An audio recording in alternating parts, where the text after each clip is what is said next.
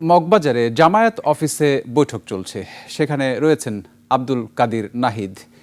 তার কাছে যাব আমরা। নাহিদ, এই মুহূর্তে আপনার কাছে কি তথ্য আছে সেখান থেকে?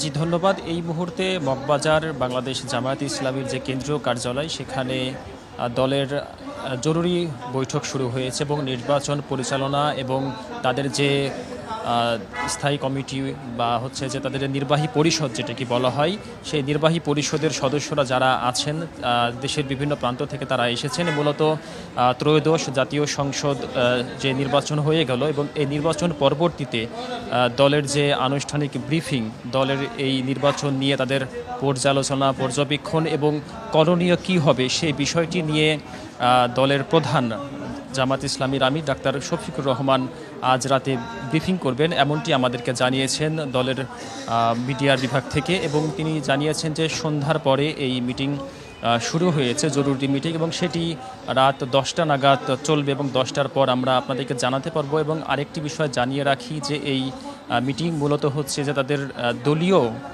যে অভ্যন্তরীণ মিটিং, এবং এরপরে আরেকটি মিটিং হওয়ার কথা রয়েছে যেটি 11 দলীয় জোট, এবং এই মিটিংয়ের পরে 11 দলীয় জোটের মিটিং হবে সেটিও জানিয়েছেন। তবে আজকের যে মিটিংটি হবে এবং সেই মিটিং থেকে জানানো হবে যে পরবর্তীতে তারা দলীয় কি সিদ্ধান্ত নিচ্ছেন এই নির্বাচন বিষয় এবং তারা কি বার্তা দিতে চাচ্ছেন দেশের মানুষের কাছে।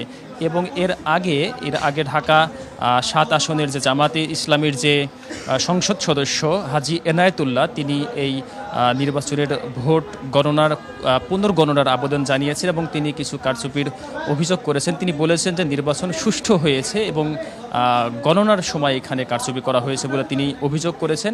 এবং আমরা আশা করছি যে রাত 10টার পর আমরা আপনাদেরকে এই সম্পর্কে আরও বিস্তারিত জানানোর চেষ্টা করব। ধন্যবাদ নাহিদ।